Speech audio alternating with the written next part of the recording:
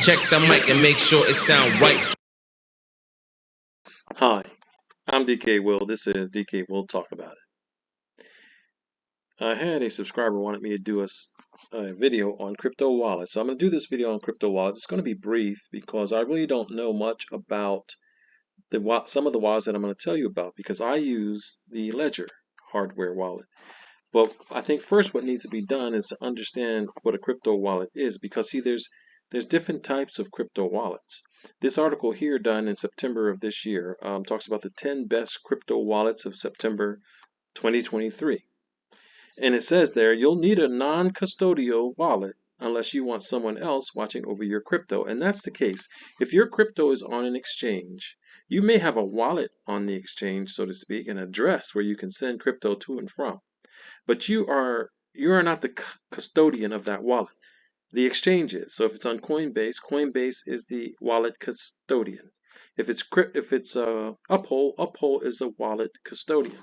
So it's much like a bank account. You can have money in your bank, and they're custodying your money, and you can have money in your wallet, and you are custodying your wallet. It could be your wallet in your purse, or it can be your wallet in your pocket. But that wallet is yours. So when we look at crypto wallets, we have to understand that there's a difference in the types of crypto wallets. As the article says here, they come in many forms, but at their core, they all provide a way to protect secret information that gives you control over your digital assets. This is not something you want to leave to chance. If you lose access to these private keys, you may never get your cryptocurrency back. So that's no different. It's as scary as it sounds.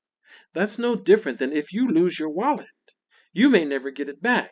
And let's be honest, for those of us who carry wallets still these days, if you lose your wallet, you lose so much of yourself, and somebody else has so much of yourself.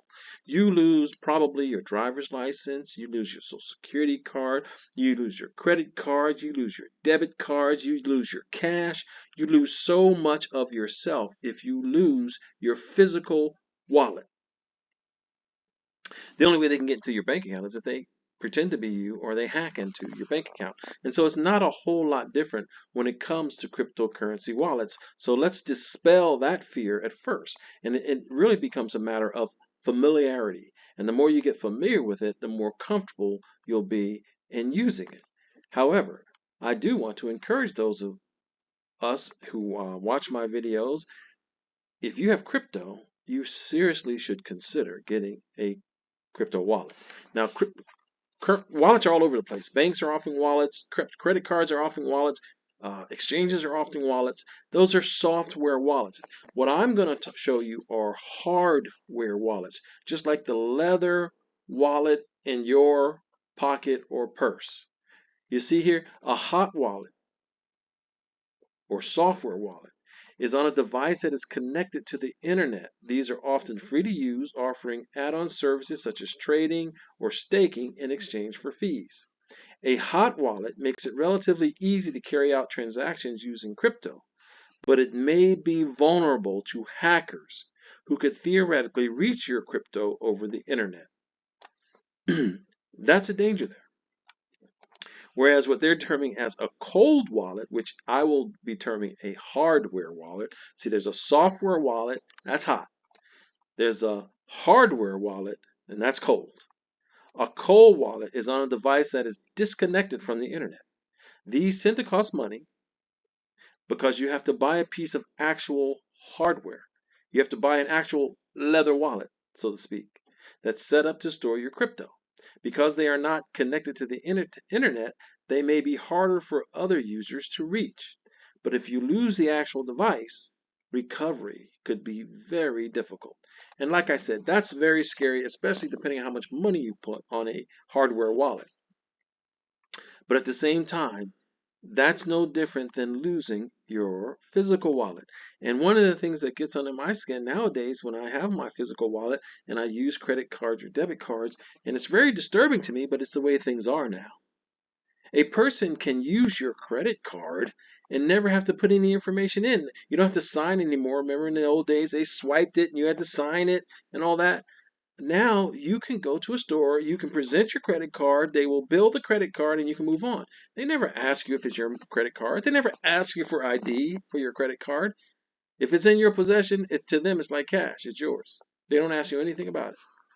And so that I'm saying these things because it's hopefully to dispel the fears revolving around using crypto hardware wallets. Okay, so I've given you the difference. For instance, these here are all what are called hot wallets, and these are software wallets, hot wallets. And so, like a Coinbase wallet is software, not hardware. You never really have possession in your hand. You never really custody them. Coinbase wallet does. MetaMask does, and there's been troubles with them. Trust does. There's Zum wallet. There's all different types of software wallets. And then we're going to move down a little bit to where we have the hardware wallets. And we have the three best cold wallets. They call them cold wallets, but they're hardware wallets. Ledger. I have Ledger, and I stand by Ledger.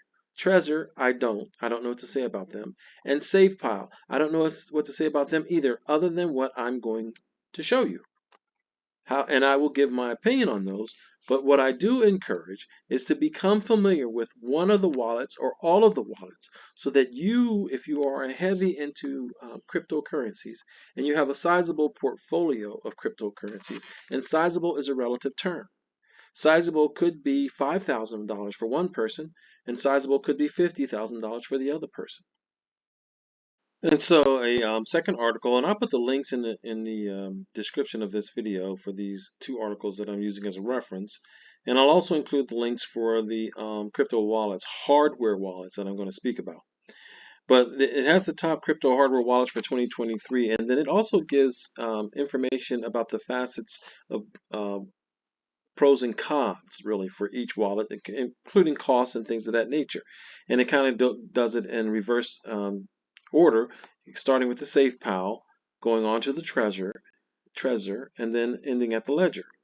There's one missing, which I'll introduce here momentarily. But it gives you costs, the costs and some of the abilities as well that you might want to consider when you're choosing a hardware wallet. So here's what I really want to say about this.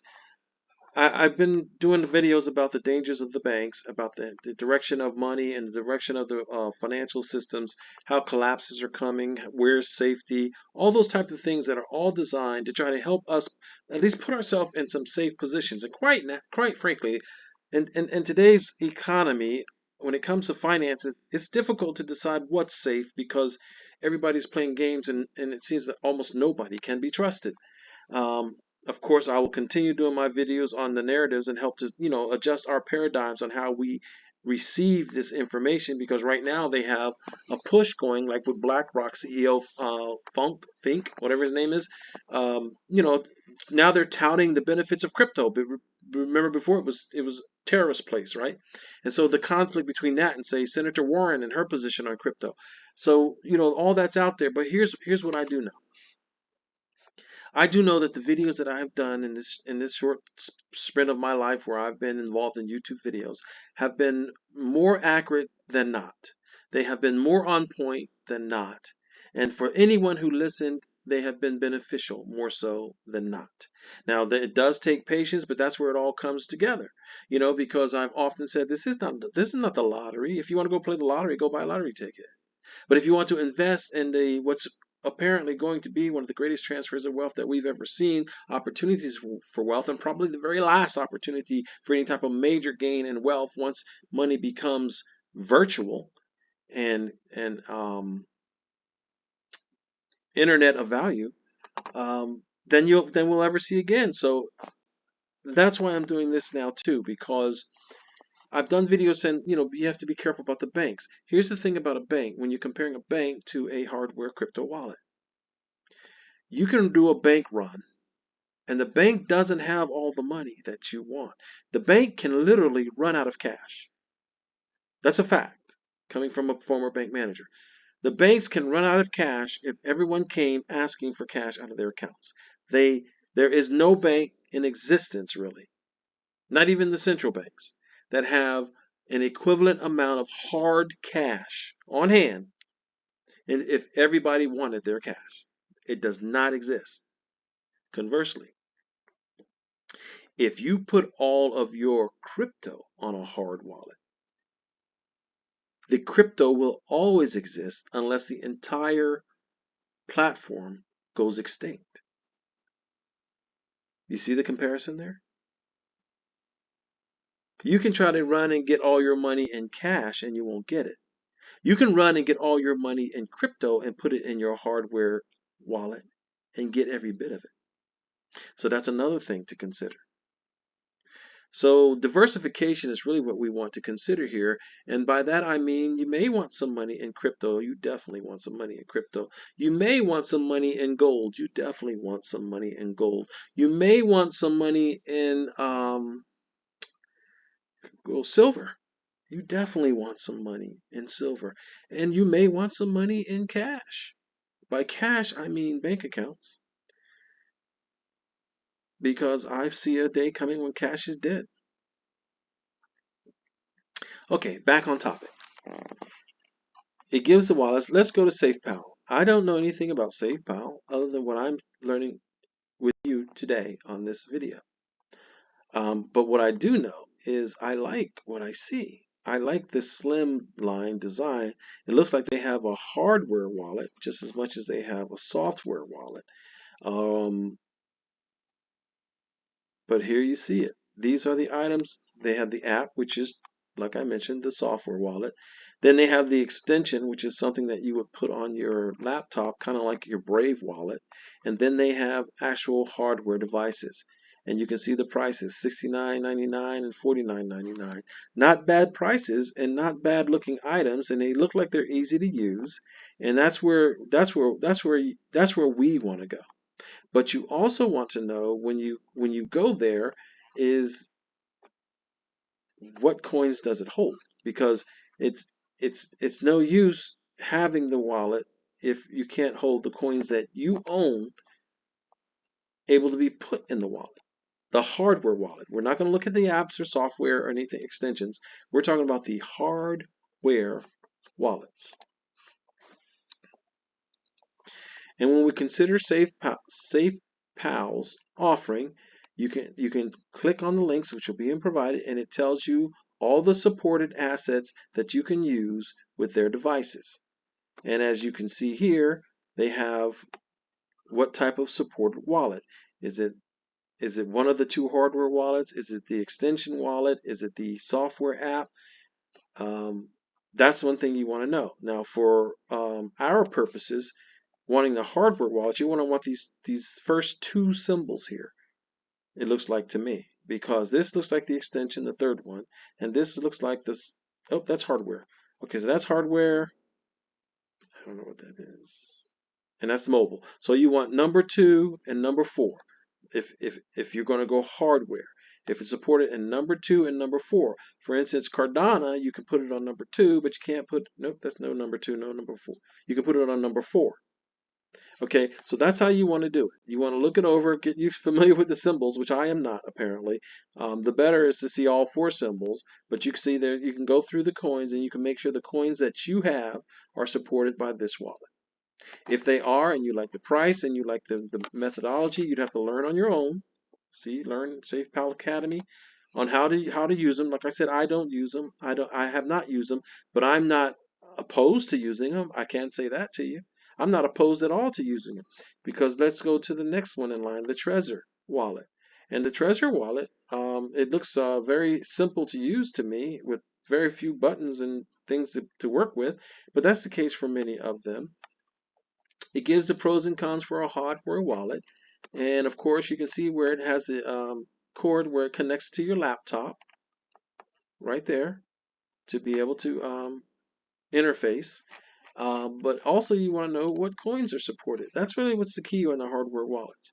I'm sure they all have a certain measure of security, and so you want to go through and see what coins are supported in that wallet. If you see your coins that you own that you want to take out of the bank, figuratively speaking, which means off the exchange, and put them in your wallet, your leather wallet, and in this case your hardware crypto wallet, then that's what you would do. And then, of course, there's number 1 in the bunch, which is Ledger. That's what I do use. I stand by Ledger because I haven't had any problems with Ledger. But that you do have that 24-word phrase. Now, if somebody gets a hold of your 24-word recovery phrase, and they can figure out your password, they can figure you out, and they can actually hack into you. So you do want to guard and protect that 24-word recovery phrase. And to be even more safe, what I would say in all instances, in Ledger and in Trezor and in SafePal, if you can buy directly from their site, then that's exactly what you should do, because there are so many scams out there where they can shrink wrap a brand new device and make it look like it's brand new to you and send it to you and tell you your 24-word recovery words, and they already know what they are. So after you load your crypto in there, they have your 24 words or whatever the case may be for the other two wallets, if that exists at all. But for Ledger, I know it exists.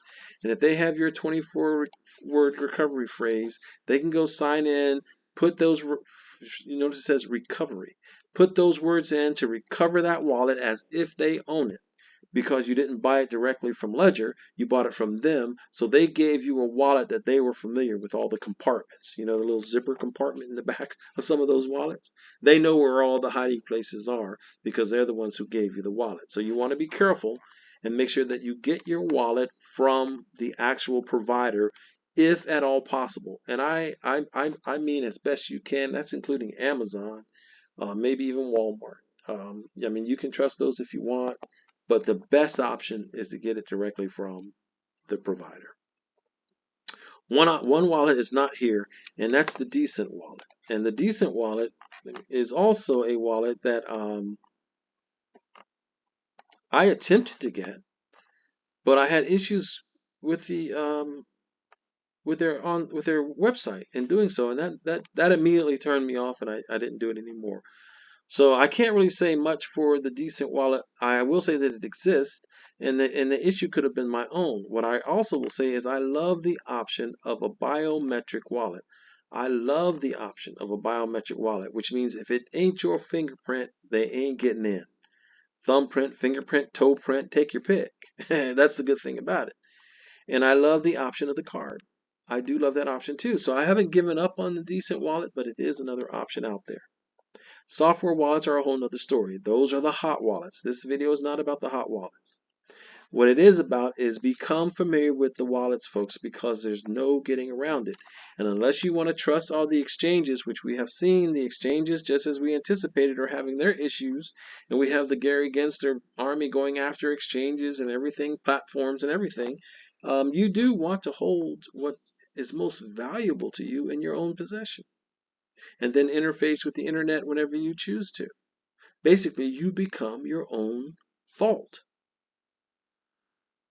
So, before the banks fail, before the exchanges fail, before anything fails, do a little research, choose the wallet you can afford and the features that you like, and diversify. Diversify. Take some of your crypto off of the platforms if you haven't already. I'm DK Will, and this is DK Will Talk About It. And I've talked about it. Have a wonderful day.